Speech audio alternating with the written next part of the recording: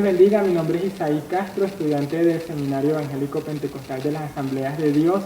CEPAT, Barquisimeto, específicamente de la materia Epístolas 3 del profesor Pastor Jaiker Salas. El día de hoy voy a estar hablando sobre las tres cartas escritas por el apóstol Juan. Tenemos que estas tres cartas están fechadas aproximadamente en el mismo año, estamos hablando del año 90 después de Cristo. El trasfondo histórico que se vivía durante el periodo que fue escrita estas tres cartas, tenemos que abundaba una profunda herejía y abundaban los falsos maestros que confundían a los creyentes, a los nuevos creyentes de las iglesias. Por eso en la segunda carta de Juan, él escribe también bastante cerca de la primera, y todavía podemos notar que se encuentra la abundancia de falsos profetas y de falsos pensamientos y corrientes de pensamientos que abundaban en ese momento. La tercera carta, Juan la escribe ya bastante anciano, por lo que escribe con una gran experiencia, refiriéndose a los cristianos, a los creyentes de las iglesias, para que cuidaran la doctrina, la sana doctrina, y fueran hospitalarios con los verdaderos maestros y no con los maestros falsos. Los remitentes de estas cartas, en el caso de la primera carta, no tiene una dedicatoria específica, y esto nos hace suponer de que la carta fue escrita a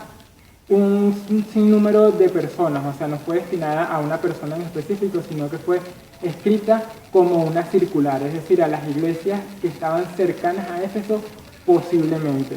La segunda carta de Juan sí la destina a alguien llamado, como lo dice en la introducción, la señora elegida y a sus hijos, que probablemente haya sido una cristiana célebre o muy comprometida con el evangelio, cuyos hijos perseveraban en la fe.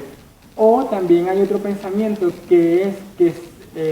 con el término la señora elegida no hace referencia a una persona en específico, sino que hace referencia a la iglesia, y sus hijos serían los creyentes que perseveraban en la fe en esas iglesias. En la tercera carta de Juan, él le escribe a el amado Gallo. Gallo es un nombre muy común en el mundo romano y lo podemos ver también en las cartas de Corintio,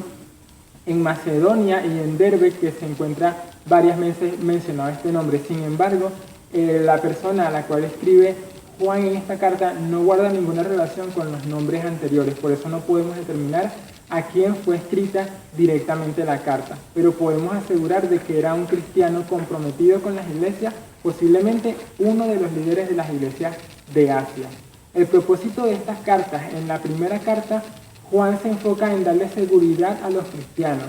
ya que ellos en ese momento sentían incertidumbre sobre cuál era la verdadera fe, ya que existían diferentes corrientes de doctrina que transgiversaban la doctrina de Jesucristo. Tales doctrinas que podemos ver como una herejía, por ejemplo, estaba el pensamiento del gnosticismo del siglo II, del cual decía que la materia era en esencia o esencialmente mala y el espíritu era esencialmente bueno. Esta corriente de este pensamiento contradecía entonces el sacrificio que hizo nuestro Señor Jesucristo, ya que contradecía de que Cristo pudiera habitar en un cuerpo humano, ya que el cuerpo humano era materia y la materia era esencialmente mala. Esta corriente de pensamiento entonces va en contra del sacrificio que hizo nuestro Señor Jesucristo y pone en duda entonces la justificación y la regeneración que Cristo hizo a través de su sacrificio. Otra de las vertientes de este pensamiento era que el cuerpo humano era solamente la envoltura del espíritu, y que por ser solamente la envoltura del espíritu, el cuerpo podía hacer cualquier cosa y no afectaba al espíritu. Esto los llevaba a ellos a decir de que el cuerpo podía pecar y no pecaba el espíritu. Esto les llevaba a ser liberales en cuanto al pecado con su cuerpo. A este pensamiento Juan va directamente contra ellos y corrige esta doctrina y alerta a los cristianos de ese momento. En la segunda carta de Juan habla específicamente sobre los falsos maestros, que todavía podemos hacer relación que eran los primeros de la primera carta que escribía Juan, y hacía la diferencia entre los verdaderos maestros y los falsos maestros que abundaban en ese momento. En la tercera carta de Juan invita a los creyentes a ser hospitalarios con los maestros genuinos y a no ser hospitalarios con los falsos maestros. ya que en el momento los cristianos estaban confundidos y terminaban siendo hospitalarios con falsos maestros en lugar de serlo con los maestros genuinos. En esta carta, Juan rechaza la conducta de Diótrefes, que era un creyente que estaba en contra de dar hospitalidad a los maestros que viajaban por las distintas iglesias, y resalta la conducta de Gallo, quien lo alienta a seguir con su generosidad de ser hospitalario. Los problemas que el apóstol Juan aborda en estas cartas son principalmente la herejía de los falsos profetas y los falsos maestros, y se esfuerza en corregir la conducta de los creyentes, la fe de los creyentes, quienes usualmente tendían a seguir doctrinas falsas sin estar convencidos de su fe cristiana. En la segunda carta de Juan, él se enfoca en animar a los cristianos a ser hospitalarios con los verdaderos maestros, que viajaban por las diferentes ciudades y las diferentes iglesias, llevando el evangelio verdadero de Cristo. Y en la tercera carta de Juan, él hace énfasis en que la iglesia debe mantenerse unida por los lazos de amor, ya que en este momento existían diferentes corrientes de pensamiento y diferentes maestros a los cuales seguir, y esto generaba entre los creyentes continuas diferencias de pensamiento, y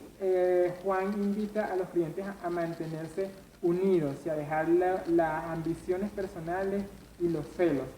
y a esforzarse por mantener las relaciones y el afecto entre sí, el afecto fraternal entre sí. En estas tres cartas podemos ver cómo el apóstol Juan se enfoca en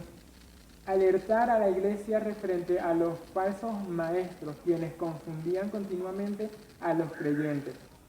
Al igual que Juan en ese entonces se esforzaba por mantener la doctrina verdadera de Cristo, asimismo nosotros tenemos que esforzarnos por corregir y velar en las iglesias por la verdadera doctrina y evitar a los falsos maestros.